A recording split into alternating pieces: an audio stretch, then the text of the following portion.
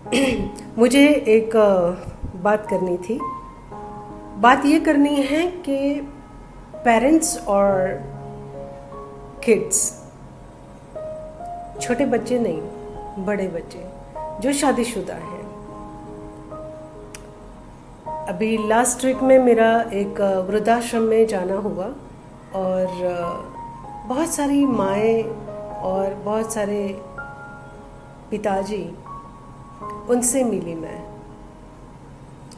आपको पता है, मैंने सबके पास में बैठ के मैंने बात किया है और उनकी बातें सुन के मुझे इतना बुरा लग रहा था कि काश अगर मेरे पास में इतनी बड़ी प्रॉपर्टी होती थी, मैं उस सबको मेरे घर पे ले आती थी और मैं उनकी सेवा करती थी।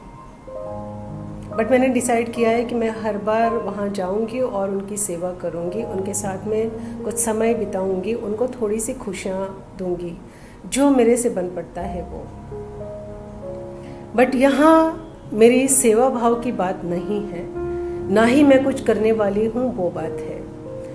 बात ये है कि ये बच्चे लोग जो माँ बाप बहुत सारी भगवान से प्रेयर्स करते हैं, मिन्नतें करते हैं, कुछ न कुछ विश मांगते हैं और ये बच्चे पैदा होते हैं, बड़े होते हैं, शादी होने के बाद में माँ बाप को रास्ते पे छोड़ देते हैं। वो सारी औरतें जो वहाँ पर हैं, उनको रास्ते पे ऐसी हालत में पाया गया है और वहाँ से उठा के वो शेल्टर में लाया गया है। उनमें से 3 माएँ जो है वो देख नहीं सकती है, बट जैसे ही उनको मेरी प्रेजेंस का पता चला कि मैं वहाँ पे गई हूँ, उन्होंने मुझे इशारा करके बुलाया वहाँ पर। मैं गई वहाँ पर और मेरा हाथ पकड़ के मुझे वहाँ पे बैठने के लिए कहा और मैं बैठी वहाँ। यू नो, आपकी माँओं ने मुझे ब्लेसिंग्स दी। जो बच्चे लोग अपने माँ बाप को रास्ते में छोड़ देते हैं या अनाथालय में छोड़ आते हैं, वृद्धाश्रम में छोड़ आते हैं, ऐसी माँओं ने मुझे ब्लेसिंग्स दी। मैं उसके लिए ग्रेटफुल फील कर रही हूँ, बट उससे ज़्यादा मुझे बहुत ही दुख हो रहा है उन माँ बाप के लिए।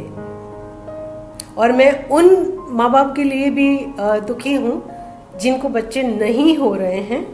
वो बहुत सारी उम्मीदें रख के बैठे हैं, साइंस का सहारा ले रहे हैं और बच्चे के न होने से उनका परिवार, उनका वंश नहीं चलेगा। बट ऐसे वंश चलाने का क्या फ़ायदा है जो तुम्हारी औलाद तुमको एक शेल्टर में छोड़ आएगी या फिर आपको रास्ते में छोड़ देगी। ऐसी औलादों का क्या फ़ायदा। बहुत बुरा लग रहा है और मैं उन लोगों को बोलती हूँ कि आपके जैसे नालायक कोई नहीं है इस दुनिया में। आई एम सॉरी टू से,